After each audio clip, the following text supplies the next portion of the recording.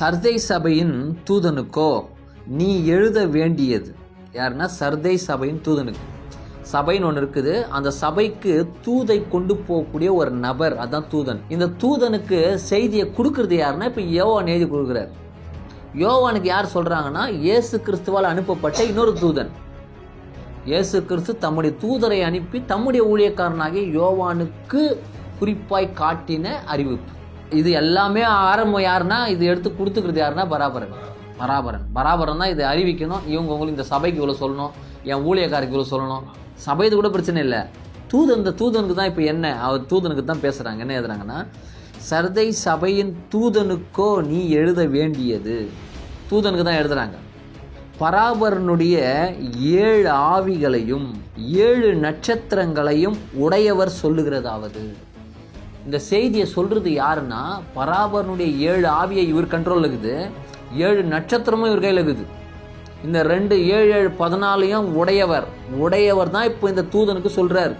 உயிரோடு இருக்கிறேன் என்கின்ற பேர், நல்லா பாருங்க, உயிரோடு இருக்கிறேன் என்கின்ற பேர் உனக்கு இருந்தாலும் செத்தவனாய் இருக்கிறாய் என்று உன் கிரியைகளை அறிவோம். நீ உனக்கு பேர் இருக்குது ஊருக்குள்ள, உனக்கு என்னதம்மா பேரு பா, அந்த தூதன் உயிரோட இருக்கிறவன் பா, உயிருள்ளவர் பா அவரு அப்படின்னு பேர் இருக்குது. ஆனா உன் கிரியையை நான் பார்க்குறேன். உன் கிரியையை பார்க்கும்போது நீ உயிரோட இருக்கிறவங்க கிடையாது, நீ செத்தவனாக்குற அப்படின்றத நான் அறிவேன். சரி, ஓகே, அடுத்த வசனம். நீ முழித்திருக்கிறவன் ஆகி, இவர் என்ன சொல்றாரு, உன் கிரியை செத்தவனாக்குதுன்னு சொல்றாரு. இப்போ உனக்கு பேர் தான் உயிரோட இருக்கிறவனுக்குது, பேர்ல தான் நீ கிறிஸ்தவனுக்குது. ஆனா நீ உண்மையாவே நீ கிறிஸ்துவுக்கு எதிராளியாக்குற. ஏன்னா உன் கிரியை அப்படி காட்டுது. நீ உயிரோடு இருக்கிறவன் என்கின்ற பேர் உனக்கு இருந்தாலும் செத்தவனாய் இருக்கிறாய் என்று உன் கிரியைகளை அறிவோம். அறிஞ்சிட்டேன் நான், நீ செத்தவன் தான், நீ உயிரோடு இருக்கிறவன் கிடையாது. அப்ப பேசுறாரு, அவனுக்கு காது கேட்குது, லெட்டர் போனா படிப்பாரு, உயிரோட தான் இருக்கிறாரு. ஆனா இப்போ இவங்க எந்த உயிரை பத்தி பேசுறாங்க, எந்த சத்தை பத்தி பேசினுக்கிறாங்க? அப்போ இந்த வாழ்ற இந்த உயிரை தாண்டி வேற எதையோ ஒன்று பேசுறாங்க. இப்போ 2வது வசனம், நீ முழித்திருக்கிறவனாகி. அப்போ என்ன பண்ணமா, நீ முழித்திருக்கிறவனா ஆகணுமா? அப்போ நீ செத்தவனாக்கிறனாக்கா நீ முழிக்காம ஏதோ ஒன்றுல தூங்கினுக்கிறன்னு அர்த்தம். அடுத்து முழித்திருக்கிறவன் ஆகி சாவ போகிற மற்றதுகளையும் திடப்படுத்து. இப்போ இவர் செய்ய வேண்டிய வேலை என்னன்னாக்கா, நீ முழித்திருக்கிறவனா நீ முதல் மாறணும். நீ உயிரோடு இருக்கிறவன் பேர் வச்சுருக்கிற பத்தியா, பேர் கிடையாது, உண்மையாவே உயிரோடு இருக்கிறவனா நீ மாறணும். நீ மாறிட்டு சாகர மாதிரி தளர்ந்து போய் ஒரு குரூப் இருக்குது, அவங்கள போய் திடப்படுத்தி அவங்களையும் உயிரோடு இருக்கிறவங்களா ஆக்கு. அப்ப நீ உயிரோடு இருக்கிறவனா ஆகணும்னா நீ முழிக்கணும். முழித்திருங்கள்னா உயிரோடு இருக்கிறவங்களா இருங்கள். ஏனெனில் நாம் உன் கிரியைகளை பராபரனுக்கு முன்பாக நிறைந்ததுகளாக கண்டதில்லை. உன் கிரியைகள் பராபரனுக்கு முன்பாக ஃபுல்ஃபில் ஆனதா இல்லை, அது குறைவுள்ளதாங்குது. இந்த குறையா இருக்கும் பொழுது அதுக்கு செத்தவன் என்ற பெயர். உன் கிரியை நிறைவா இருந்துச்சுன்னா உயிர் உள்ளவன் என்ற பெயர். இப்போ பவுலையா சொல்றாரு, பின்பு உயிரோடு இருக்கிற நாமும், அப்படின்னா கிரியையை பூரணமா செய்து முடித்திருக்கிற நாம், அவர் வரும் பொழுது அப்படியே எடுத்துக்கொள்ளப்படுவோம்.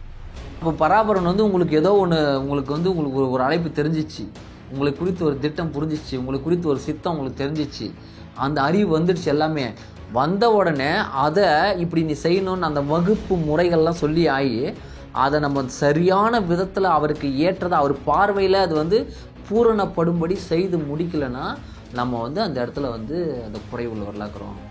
ஆனால் பேர் நான் இருக்கிறேன், நான் போய் நிற்கிறேன் அப்படின்ட்டு பார்க்குறவங்களுக்கு, ஓ இவர் நல்லா இருப்பாருப்பா, தேவன் இருப்பாருப்பா அப்படின்ற பெயர் உனக்கு இருக்குது.